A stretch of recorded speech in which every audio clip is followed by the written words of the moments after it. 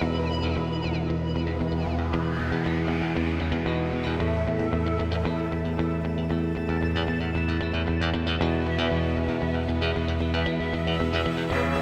morning, everybody. So it has been 2 days since my surgery, and I'm feeling pretty good.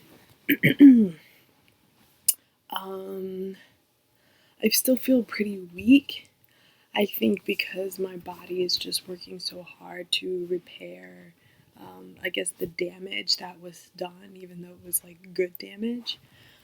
My voice does sound a little tired because I did wake up not too long ago, but I want to make videos about the experience just so that I can look back on it and, like I said before, so that other people can kind of see what the whole experience is like. Um, so after the surgery was done, I spent the night there. The staff I had at the hospital were incredibly kind and sweet. They talked to me. I mean, we talked about everything. The recovery nurse I had was, awesome. The OR nurse that I had was awesome. Like, all the nurses that I had with me were so sweet.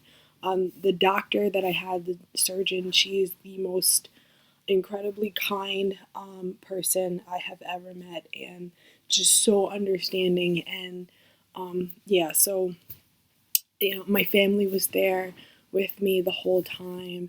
My favorite person in the world, Chris, was there um, from the beginning till the nighttime. He brought me food, so I did have someone bring food, so I wasn't susceptible to the hospital food. He brought me salad and hummus and bread, so I was able to eat really good while I was there. And I drank a lot of green juice.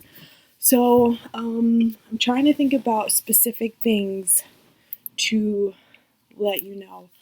Um, I did my best not to take any of the pain medication that they had, um, intra- that they had that they offered to give me intravenously. Um, they I don't know what they gave me after the surgery or during the surgery, but afterwards, like immediately afterwards, I don't know what if they gave me anything, but I know when I was in the overnight room, they offered to give me morphine or torpidol or some I can never say that word right.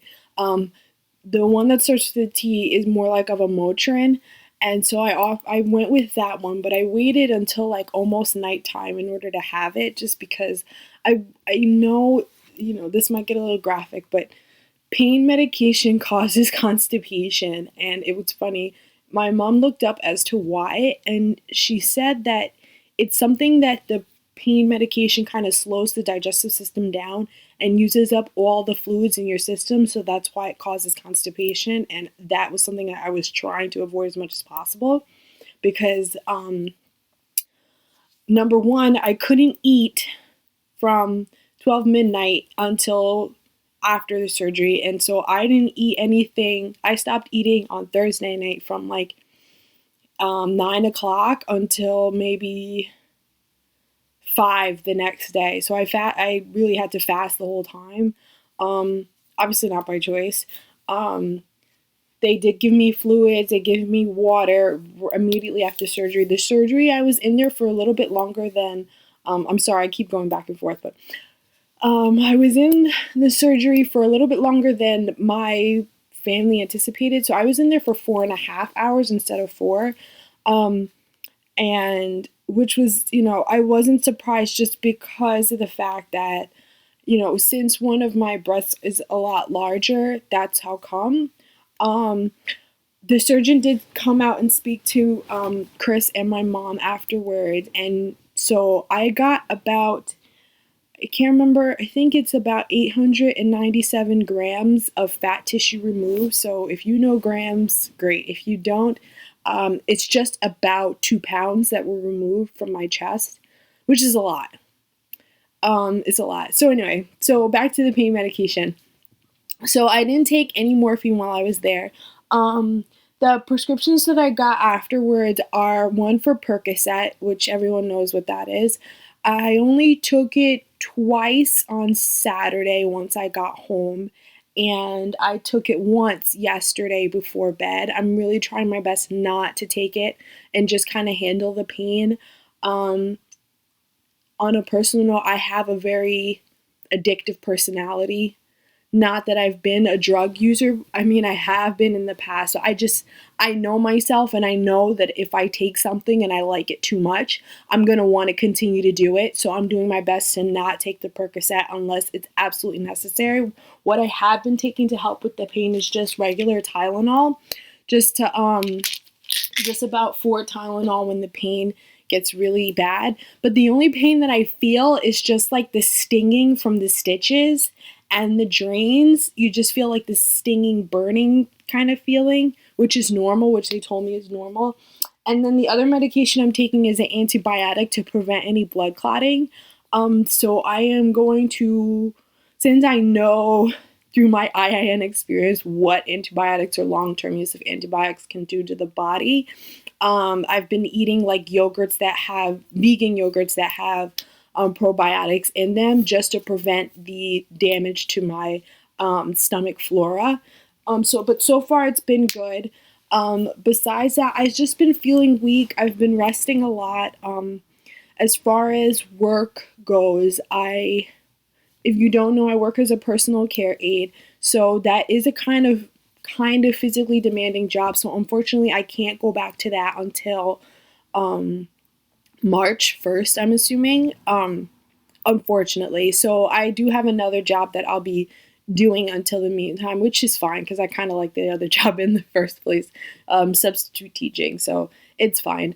I cannot run for the next 6 weeks. I cannot do any type of hardcore physical activity for 6 weeks. So that's 2 months without running. So my plan is to just go walking as much as possible. Like I went walking, I did about 2 miles yesterday. So today I plan to do about 2 to 3 today. Just walking at a decent pace. I've been in my room just doing squats and stuff when I can, maybe some slight stuff like this, which I'm not supposed to do, but I just don't want to lose the muscle mass in my body. I know I need to give my body time to recuperate, but at the same time, I hate being lazy. I hate not having something to do. It just drives me insane. Like I can't even work or drive until I have the drains removed until Thursday. So anyway, so about the drains and stuff like that. So some people get drains, some people don't. I know I saw someone on YouTube say that. For me, I did.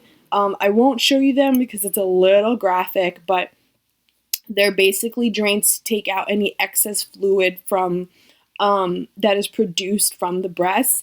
It is a little weird and it is a little gross, but it's necessary. The drains are there just so the surgeon can see how much is being released. In the beginning, it was a lot, but as time has gone on, it's gone a little bit less. Of course, the right breast produces a little bit more than the left, but it's nothing to be, scared about. I really feel that my diet and everything is going to help my recovery time. The more plants I eat, I think I should purchase some like herbal teas and stuff just to help. Yesterday, my mom got me bio oil to help with the scars. As far as the scarring goes, I really could care less about scars. I have plenty of other scars from other things that have happened to me. So some scarring is really not a big deal. Okay. The biggest thing is what size did I go down to? So right now, I don't know the size because they are fairly swollen. And so they will be swollen for a while. Most of the swelling will go down within 3 months, which I said that in my last video, but it'll take about a full year for it to really just kind of settle in. I did get a new sports bra to wear. I can't wear regular bras and I can't wear underwire bras. I have it on paper. No underwire bras until 6 months after your surgery. And I have to wear a bra 24 hours a day for 3 months unless otherwise instructed. I'm not sure about that one. Yeah. So I did get a new one, and I will show you what size this one is compared to like my regular bras. Just wait.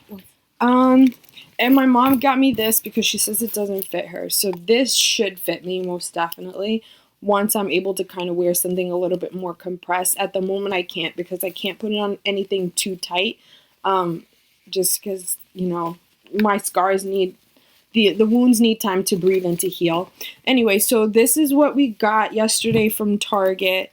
It's a medium, if you can see it. Like back in the day, this would not be happening for me. Like my boob would be probably sliding out from underneath this. So just to give you, and I put it on top of the surgical bra, so just to see, and it did fit. Just so this is what, these are like one of my older bras. I usually bought all my bras from Victoria's Secret because I just love them.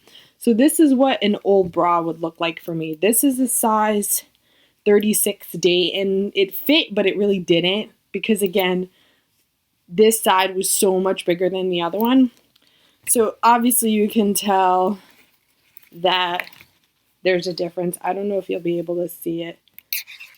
Like, there's a difference. Just look at it.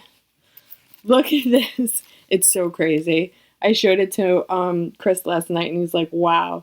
So this is the one that fits, and then this is like an old one. So yeah.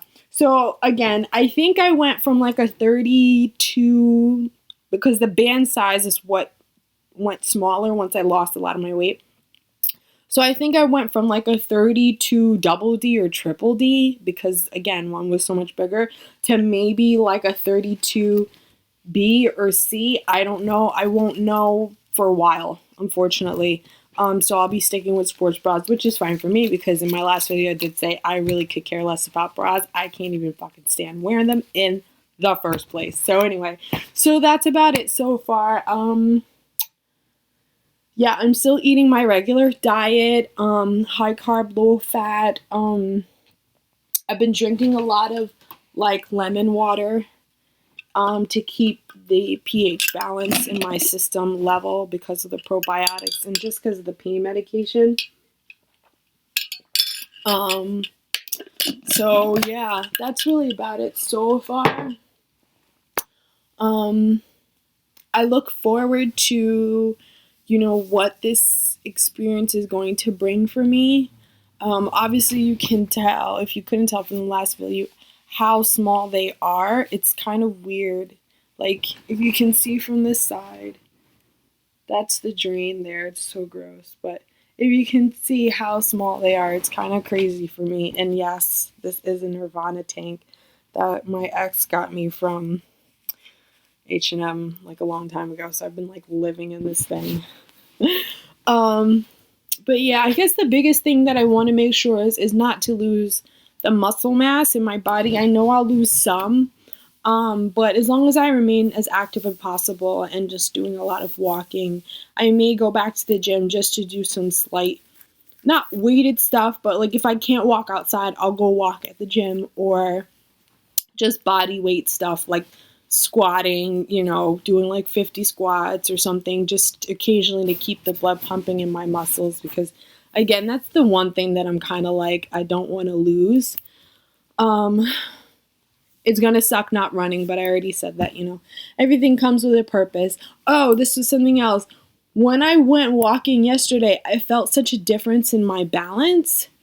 Like, walking was weird, if that makes sense. Like, it was just like I felt like I felt something off.